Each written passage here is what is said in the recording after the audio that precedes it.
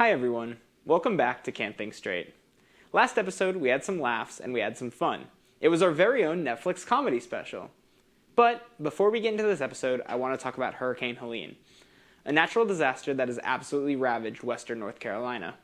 This community, not just Boone, but all of the surrounding areas from here all the way to Asheville, have experienced damage and hardship that no one deserves to go through. Things are going to be different around here for a little while.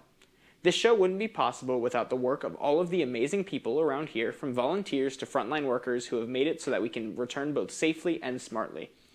Thank you to anyone who has lended a helping hand. This community deeply appreciates you. As for the episode, this one is a very important one. This will be the first episode of Can't Think Straight to cover a presidential election. Big stuff, right? As many of us know, the queer community is an often targeted minority group, especially in the world of politics. But we can fight back. We have a voice that is protected by our Constitution. So let's use it. Welcome to the political special. Let's get into headlines.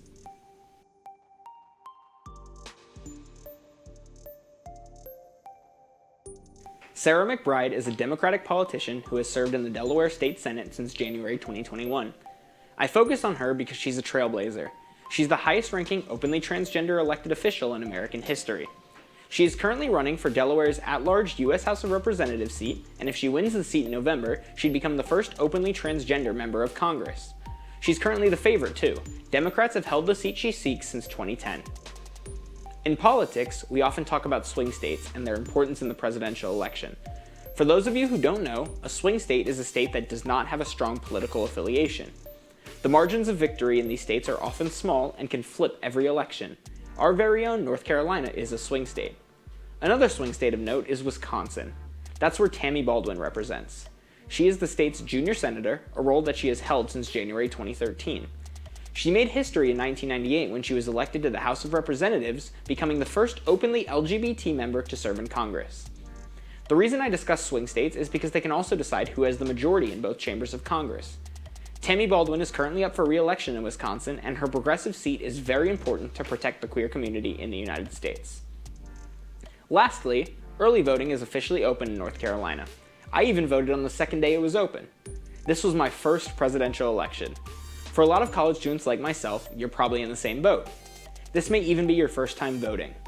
We have a voice, and it's so important that we use it. If you don't want to vote early, Election Day is on November 5th. During early voting, you can vote at any polling place in your county. To check where your registration is, visit ncspe.gov/voting. You can see where your polling place is, if you are registered, where you are registered, your voting record, and some general information about this year's election. You are required to bring some form of photo identification, whether that's a military ID, passport, or a driver's license. There are other acceptable forms of ID as well, and you can find that information at that link. If you are not currently registered to vote, remember that you can opt for same-day registration at most polling places if you choose to vote early. We're going to hand the mic over to Kennedy for a highly political version of Crash Course.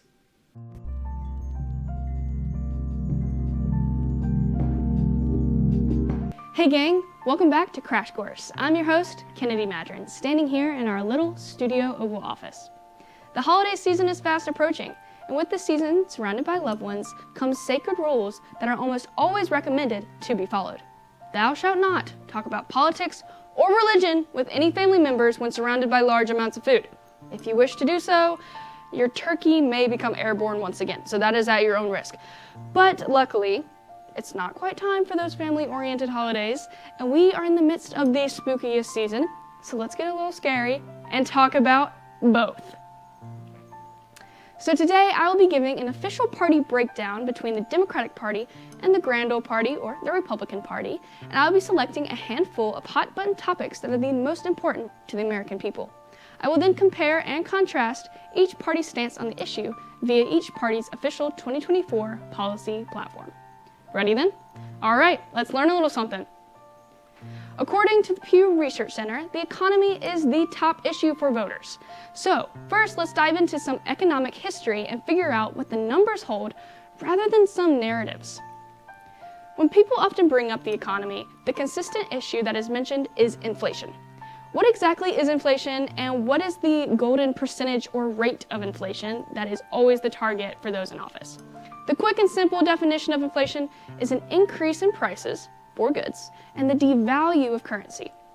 And the golden ratio for inflation is anywhere from 3% to 2%, so anywhere in between there.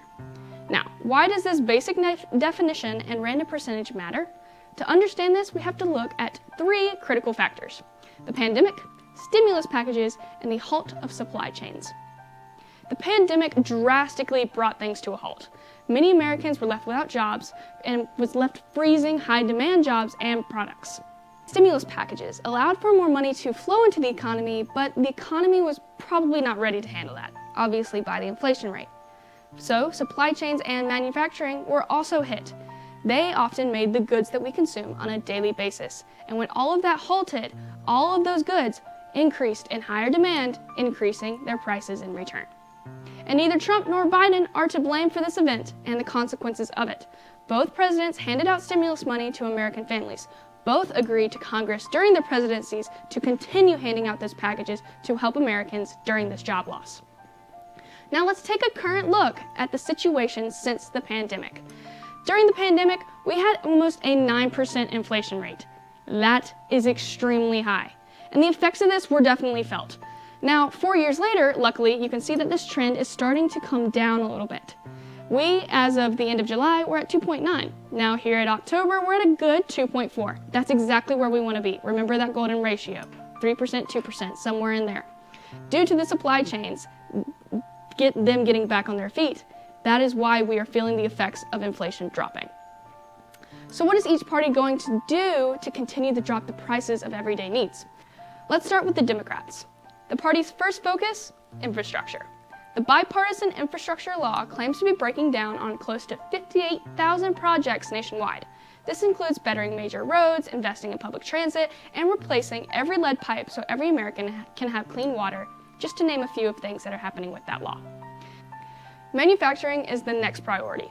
They want to continue focusing on making more manufacturing jobs and continue to invest in scientific and technological manufacturing in particular.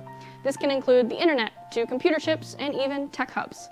Another important topic for American small business owners are the proposals on how those small businesses will be supported. So that is the next priority. The Democrats want to extend capital business opportunities, invest in small businesses, and growth in low-income communities via the community-developed financial institutions. Next, the GOP's plan for the American economy. The plan for dealing with the American inflation that is current is to invest in American energy, and even nuclear to bring inflation back down. The GOP wants to eliminate wasteful spending to promote economic growth, and the party would also like to eliminate the wars that have often breed this inflation. The GOP wants to cut regulations on business to enhance job growth as well. Healthcare has become the second hottest topic in the polls today. Many Americans are finding themselves with higher medical bills and are ill-improved mental health systems. What will each party do to make sure that every American has the ability and control to take care of their physical and mental health? So let's start with the GOP this time. The GOP wants to protect Medicare and Social Security, and the goal is to continue the strengthening of Medicaid for future generations. They want to expand primary care to allow seniors to stay in their homes comfortably and maintain financial security and pay family caregivers. Now, the Democratic Party. They want to continue bringing prices down on prescription drugs and health insurance. The party wants to expand Medicaid. They want to remove health barriers from child health insurance programs, make it easier to keep children on Medicaid. The Democrats want to grow the healthcare workforce. The party also wants to aid in getting rid of surprise medical billing, which can be pricey for families. And they also want to invest in more child care, home care, and paid leave for families. The party also wants to continue to protect and support the Social Security system. Next, it also wouldn't be Crash Course if I didn't talk about LGBTQ community and how they will be affected. So first, let's begin with the Democrats. The party wants to continue to protect the community from discriminatory actions by strengthening the civil rights of the community, by protecting the community's right to healthcare, housing, employment, and education. They will also do this by modifying the Equality Act, which protects the LGBTQ community and their civil rights. They want to continue improving the protection around LGBTQ+ children and potential parents in the foster care and adoption systems. The party wants to expand mental health services and physical health services to all of the LGBTQ+ community via the Affordable Care Act. Next, the GOP stance and plan on LGBTQ+ rights and health. I must preface by saying that the title of one of the sections is "The Republicans Will End Left-Wing Gender Insanity." Republicans want to implement laws that value the sanctity of marriage and childhood, ban taxpayers from paying for sex-changing surgeries, and stop funding for schools that promote gender transition. And that's all the GOP has to say on this topic. I have certainly not touched every single topic that has brought up in these sections of each party's platform, but if you would like to read for yourself about both of these policies, please follow the links in the description below. But for now, I want us to take some deep breaths and realize the power that you have as an American. You now know generally where these parties stand on some topics that mean the most to the American people. And I urge you then to continue in your research, realize what matters to you and your values. So thank you for listening. I look forward to seeing you next time on Crash Course.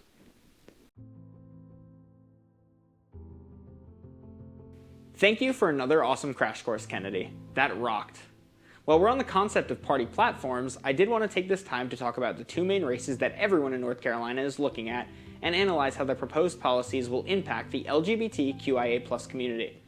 The gubernatorial race is between Attorney General Josh Stein and Lieutenant Governor Mark Robinson. And the presidential race is between Vice President Kamala Harris and former President Donald Trump. Let's start with the Democratic candidate for president, Vice President Kamala Harris. Her voting record on pro-LGBTQ+ measures has been an overwhelming positive in recent years. Her running mate, Minnesota Governor Tim Walz, was also the faculty advisor for the Gay Straight Alliance Club at the high school he taught at. Both VP Harris and Governor Walz have spoken out against proposed book bans in states such as Florida that cover LGBTQ+ topics. As a part of the Biden administration, Vice President Harris worked to introduce Title IX updates, which include the right to use the bathroom that aligns with a student's gender identity in school. They also expanded mental health resources for LGBTQ+ youth and launched a federal initiative to help end queer youth homelessness. VP Harris has acknowledged transgender people as, quote, part of the fabric of our country. Conversely, we have former President Trump, who is the Republican candidate for the third election in a row.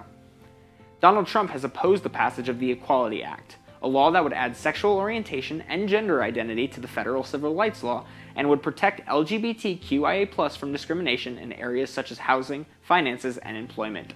His opposition caused the bill to die in committee. As president, Donald Trump also eliminated the LGBTQ non-discrimination provisions in the healthcare under the Affordable Care Act.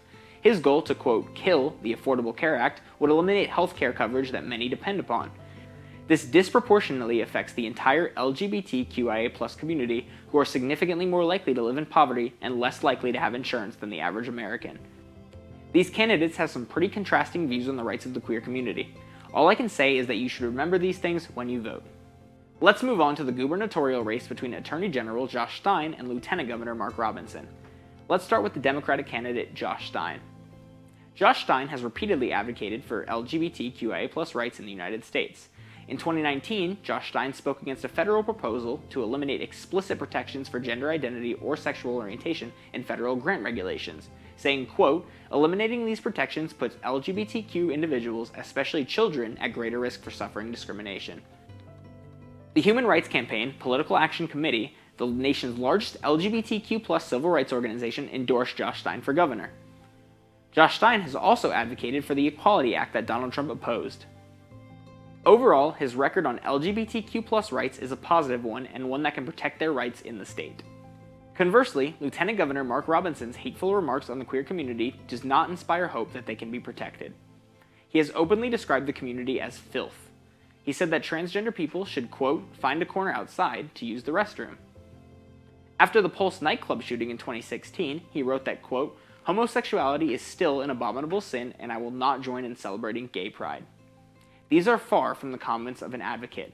This is a man who will use the power of governor to dismantle the rights of the queer community that we have fought so hard to protect. These remarks are outright dangerous and must be condemned. Thank you all for joining us. This episode was so important to me. Voting is one of the most important rights we have. We have the voice to help marginalized communities. We have the voice to speak for those who cannot speak for themselves. I cannot tell you who to vote for, but I can urge you to use your voice to protect our friends as an ally. Have a great day, and make sure you go vote. Types of grounds that we are breaking. I shouldn't say we.